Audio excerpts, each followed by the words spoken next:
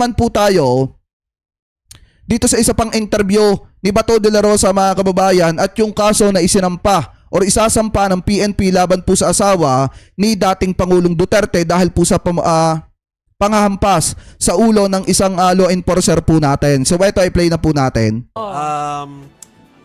Sa loob ng Villamor. Ah, Kasi nakita natin yung mga kuha lang ni Kitty Duterte. yes. Oo. Aba, may mga ganap pala talaga doon, Chiki. Oo, yung Philippine National Police, no? Oh, balak kasuhan sina dating Executive Secretary Salvador Medialdea ng obstruction of justice at ang kinakasama ni dating Pangulong Rodrigo Duterte na si Hanilat Avancenia dahil umano sa pananakit. Sa video na ibinahagi ng PNP sa media, makikita natin na hindi na nakakapagtimpi si Avancenia sa mga umaawat na SAF personnel. Asan yung Oo. video? Dapat Kaya- makita natin yun. Kaya nahampas sa ulo ang isang babaeng pulis Baka at sabihin si Chiki nagkabukol. lang nagsasabi. Oo nga eh. Meron tayong video niyan no, na yung action na nangyari Galing po, PNPPIO. Oo. So, Hindi po si Chiki na nag-iimbento nun, may video po, di ba? may pruweba yan, mga Yes, kapatid. Kaya nga, Yun. Ayan, Kaya kita nyo ayun yung naman, sinasabi ko, no? mga kapatid, no, na yung mga SAF personnel, no, hinampas sa ulo ang isang babaeng pulis at nagkabukol. Pinaaresto pa nga raw ni CIDG Chief General Nicolas Torres si Medialdea, pero pinakawalan din para sumama kay Duterte sa eroplano. Yeah, Grabe, medyo no? tension filled yan kasi parang sinasabi ni aside from itong tension filled yung pagkahiwalay ng mag-ina tapos Yes. nagkaroon ng cellphone incident, yung kay Medialdea ay yung wag niyo ako hawakan at hayaan niyo ako makadaan. Pero narinig natin posas. Oo, Narinig ko yung word na posas dun sa altercation na yun. Pero nga, pinakawalan din naman. Basically, he was placed under arrest. Oo. Basically. Pero yun na nga, sabi, tama si Chiki. Pinakawalan. Pinakawalan Oo. kasi siya yung sasama. Isa sa tatlong pwede sumama.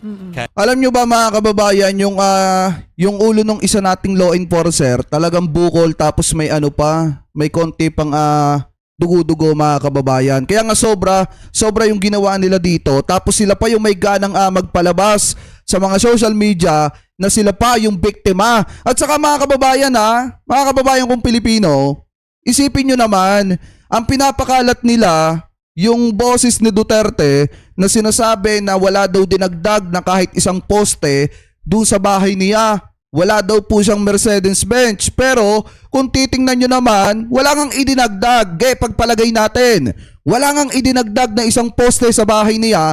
Pero nangolekta naman sila ng napakaraming property dito po sa ating bansa. Namakyaw sila ng napakaraming property at maraming beses na natin na pinatunayan yan. Biruin nyo, bago pa lamang siya tumakbo sa pagka-presidente, sobrang dami na ng kanilang property. Nangolekta sila ng sobrang daming property. Tapos sasabihin niya, wala daw siyang idinagdag na isang poste. Oo, totoo nga. Pero hindi nga kayo nagdagdag ng poste sa bahay nyo. Nagdagdag naman kayo ng sobrang daming property sa mga ari-arian po ninyo. Ano po sa inyo? Di ba mga kababayan, biruin nyo kung gaano katindi yun. Wala daw Mercedes-Benz, pero sobrang daming bahay. Sobrang daming ari-arian. Ganon po katindi. Ano po ngayon, ipagpatuloy pa natin to. ay PRRD, PRRD. papunta nga doon. Eto Oo. na, Okay. Joey Chiki. Ayun na. Sige. Kausapin na natin. Titigil muna namin kasi dito na yung Oo. gusto namin mausap kanina. Paano? Ang suki po ng ating programa, wala pong iba kundi si Senador Bato Ayan. Si Bato ulit, si Bato. Bago lang ito mga kababayan de la Rosa. Good Hi, evening, sir. Senator. Good evening, Senator. Good evening sa inyong lahat dyan at sa ating mga taga-subaybay. Magandang gabi po sa atin lahat. Okay. Senator, alam ko, konti na yung oras dahil alam ko maraming gusto kumausap sa inyo na ibang stasyon. Pero diretso ko na. Sabi nyo kasi earlier na kayo ay option ninyo na humingi ng tulong o protection from the Senate. Kung sakali man na bumaba na yung red alert para sa inyo pong Red notice alert, red notice. Nakausap nyo na ba si Senator or Senate President Jesus Escudero at kung sakali ay ano po ang sinabi sa inyo? Yes, nag-usap na kami at mandato man niya yan bilang Senate President na protektahan yung kanyang mga membro. So, wala pong problema dyan. Ako'y may tiwala sa kanya. So na-assure po kayo ni SP na talagang gagawin niya yung mandato na yon sa inyo? Yes, hanggat sa makaya niya. Hanggat sa makaya niya. Ang gagawin niya yun. To be fair kasi merong president yan. Nangyari na So ibig sabihin, tataguan niya muna pansamantala yung warrant of arrest kung sakaling lumabas. Pero ang tanong nga dyan, may lalabas pa ba? Kasi yung tanong dyan mga kababayan, kung may lalabas pa ba? Kasi pagka wala nang lumabas, yung mga taga-suporta ni Digong dyan, tandaan nyo tong bidyong to Tandaan nyo mga kababayan, etong post ni Kitty Duterte 2 days ago.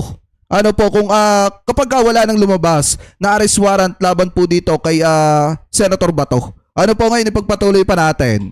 Na yan, nung panahon na ganun din nagstay sa Senate si Antonio Trillanes before, ano. So, parang ganun ang mangyayari. Ako ipapasa ko na kay Masay ang next question, Oo, Senator. ha? Senator, Okay. mabilisan lang po. Nagkaroon na po ba kayo ng pagkakataon na makakausap si former President Duterte? Wala talaga. Wala Kita talaga. nyo? Kasi nandun naman siya. Malayo naman siya ngayon. Hindi kami nakapag-usap na. Oo. Kahit po kay former ES, Medialdea? Si ES Villalbia, nagkausap kami. Yung nasa kwan sila. Nang pabot. Biruin nyo, si Senator Bongo, nakakagawa ng paraan nung panahon na ibinabiyahe, etong si Duterte papuntang Daheg, mga kababayan. Nakaka-video call, nakakausap ni Senator Bongo, etong si dating Pangulong Duterte. Samantala, etong si Senator Bato de la Rosa, ni isang tawag lang, mga kababayan, wala siyang ginawa. Yan ba yung isang senador na handang ialay yung buhay niya para kay dating Pangulong Duterte? O talagang di umano kinalimutan na niya etong si dating Pangulong Duterte kasi kailangan niyang unahin yung sarili po niya. Mga kababayan, ipagpatuloy pa natin. na sila sa aeroplano. Pero yung nasa Dahig sila, wala, hindi ko pa nakausap. Pwede po bang pakishare sa amin kung ano po yung napag-usapan ninyo the last time? Tuesday po ito? Ay, tungkol pa rin doon sa aming kwan, sa aming legal na ginagawa. Yung petition namin sa Supreme Court, yung mga papilis na kailangan pirmahan, yung mga ganun po, purely administrative yung aming pinag-usapan tungkol sa aming hinanda na petition for certiorari and prohibition. Senator, given po itong nangyari noong Tuesday na naaresto nga po si FPRRD and ngayon may sinasabi po na kayo na raw po yung susunod, how do you plan to move forward especially now na dapat abala kayo pangangampanya dahil kandidato po kayo for the midterm elections? Tuloy lang ang laban, tuloy lang ang pangampanya. At di ba? saan nila ako abutan, saan nila ako hulihin, doon nila ako mahuli. Yun lang. So as we speak, sir, umiikot pa rin po kayo sa buong Pilipinas to campaign? Yes. So, In fairness, si Senator Bato kasama nung reporter natin kagabi sa Davao eh. Si Oo, Bril si Montalvo. Bril, Oo. Senator si Chiqui Vergel po ito, punot dulo ng lahat ng gulo na ito Yes, sa sige. ICC arrest po ay yung drug war ni Pangulong Rodrigo Duterte. Kayo po ang kumbaga tinatawag na implementer nun dati. Sa tingin po ba ninyo ay dapat ipagpatuloy ang ganitong klaseng drug war po in the way na inimplement ito ng panahon ni dating Pangulong Rodrigo Duterte aka Oplan Tokhang? yes, so, kailangan talaga. Sabi dito ni Ma'am Joara, Nak Jake sa interview ni Karen Davila, naka-off. Naka-off ang phone ni Bato noong nadakip si PRRD. Totoo ba? Sinadya niyang patayin yung kanyang cellphone para wala nga daw tumawag po. Yun po yung pagkakasabi niya, para wala daw tumawag. Ibig sabihin, ayaw niya talagang tumanggap ng tawag patungkol sa kung ano yung nangyayari kay dating Pangulong Duterte habang inaaresto ng ating mga law enforcer. Ano po ngayon ipagpatuloy pa natin? Kailangan, lalo na ngayon, bumalik naman ang droga. Wala akong nakita ibang approach dito. Hindi po pwede dito yung papitiks-pitiks approach, mga padisente approach dyan sa kampanya laban sa legal na droga. Tatawanan ka lang ng mga sindikato na yan. Ang problema kasi hindi nyo naman talaga tinira yung sindikato nung panahon ninyo eh.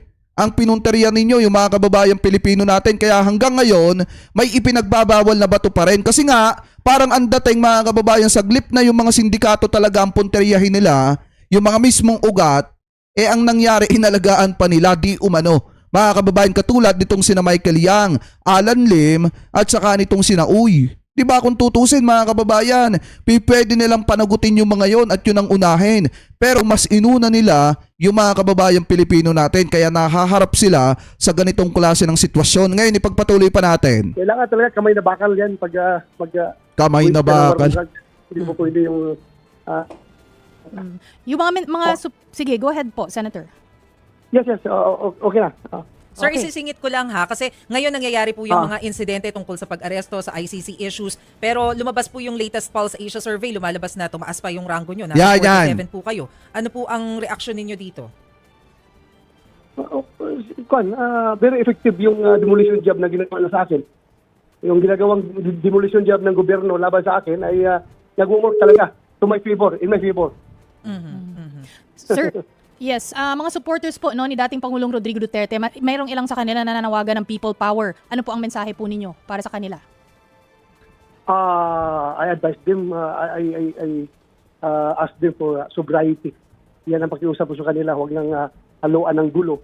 Dahil kapag sila ay magiging marahas, baka mamaya bibigyan pa nila ng rason ang Malacanang na mag-declare ng martial law kapag sila ay maghanap ng gagawa ng dahas.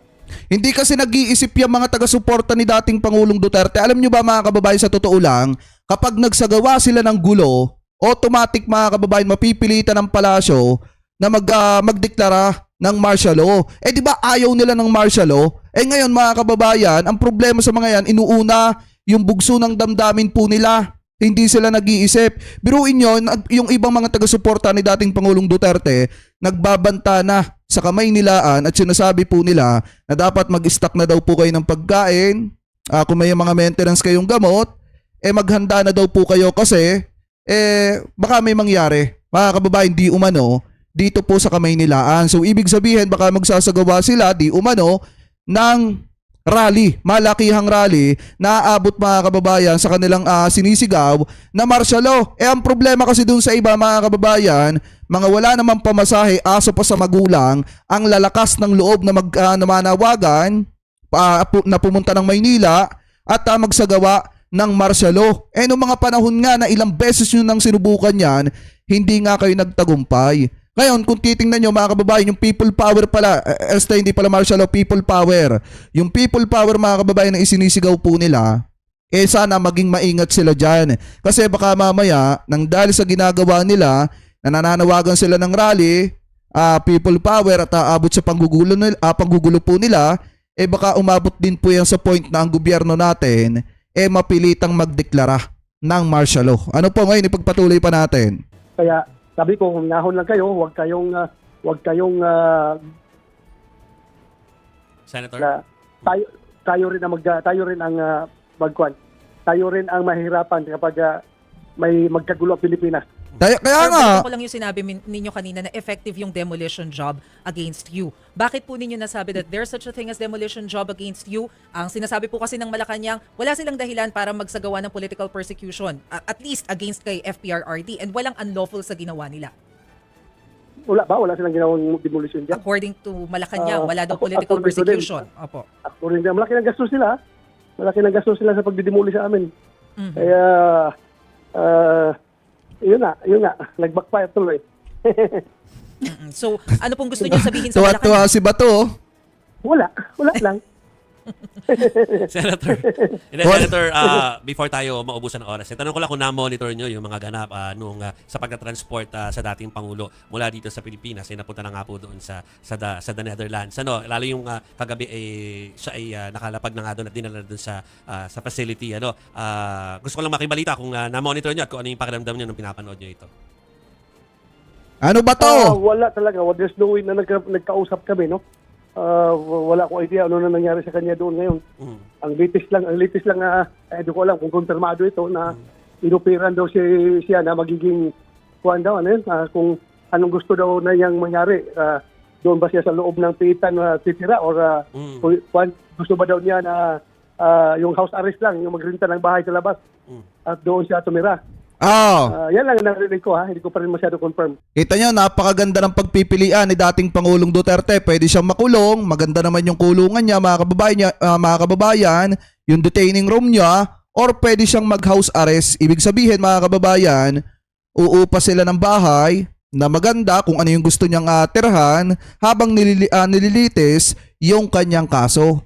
Para lang nagbakasyon sa The Hague, Netherlands, ito pong si dating Pangulong Duterte. Ano po mga kababayan? Ngayon kung titingnan nyo, sinasabi ni Bato de la Rosa na wala siyang kahit na anong na-monitor. Pamula nung hinuli si dating Pangulong Duterte hanggang sa napapunta na sa The Hague, Netherlands. Yan ba mga kababayan? Yung handang mag-alay ng buhay para kay dating Pangulong Duterte, ni balita nga, walang balita. Wala man lang kahit na anong balita patungkol po kay dating Pangulong Duterte. Di ba ipagpatuloy pa natin? Kung official ba yan na Nandoon ang kanyang anak na si Vice President Sara Duterte. Alam ko na kayo malapit din kay VP Sara. Siya ba'y nakausap niyo man lang tungkol dito? Hindi kami nag-usap. Hindi ko na. Nasa ng bigas na 20 kilo. Na 20 pesos per kilo. makipagtulungan kayo sa gobyerno para matupad yung pangarap ni PBBM na mapababa ang bigas sa 20 pesos. Sila ginugulo doon dahil alam kong marami silang kinakaharap doon. Hayaan muna natin sila. Okay. Senator, thank you for taking our call. Salamat. Hanggang sa muling pag-uusap. Thank you po. Thank you, Senator. Yes, salamat sa inyo. Salamat. Daghang salamat. Hindi din niya kinokontak si Vice President Sara Duterte. Ano kaya nangyari mga kababayan? Biruin nyo ha, tinanong siya kung meron ba siyang balita kay Vice President Sara Duterte, kung nakakausap niya ba, nakokontak niya ba kasi naando doon yun sa The Hague, Netherlands. Pero ang sagot niya mga kababayan, hindi daw niya kinokontak kasi marami daw ginagawa etong si Vice President. Ano kayang meron? Bakit mga kababayan, bukod sa walang balita, si Senator Bato, hindi siya nakikipag-ugnayan sa pamilya ni dating Pangulong Duterte para mangamusta man lamang o kamustahin man lamang etong si PRRD, mga kababayan. Or kahit dito kay Vice President, hindi niya tinatawagan para kamustahin man lamang kung ano ba yung kalagayan ni dating Pangulong Duterte. Ano po kaya ang meron? Ako nagtatanong lang naman kasi medyo nako-curious tayo dito sa nangyayari kay Senator Bato. Ano kaya mga kababayan? Sabi dito, di kinausap ni Sara si Bato. Bakit kaya? Kung sakali man, ano kaya meron dahil ba dito sa post ni Kitty Duterte? Kasi mga kababayan, kung matatandaan nyo, nung nagkaroon ng rigodon sa Senado, di ba siya yung paiyak-iyak pa kay Mig Subire. Pero isa din pala siya sa pumirma or sa bumoto para maalis sa pwesto eto pong si Subire. So hindi rin malabo mga kababayan na di umano ay gawin niya yan kay dating Pangulong Duterte. So ngayon, baka siya yung tinutukoy dito. Baka lang naman, hindi ko naman sinasabing totoo na siya yung tinutukoy. Ang sa akin, baka lang naman siya yung tinutukoy dito sa post na ito ni Kitty Duterte 2 days ago. Mga kababayan, ano po, pero kahit ano pa man yung dahilan at katuwiran ni Senator Bato, isa lang yung alam ng mamamayan ngayon at ng mga kababayan po nating Pilipino, kapag wala nang lumabas na arrest warrant laban kay Senator Bato de la Rosa, alam nyo na kung bakit mga kababayan.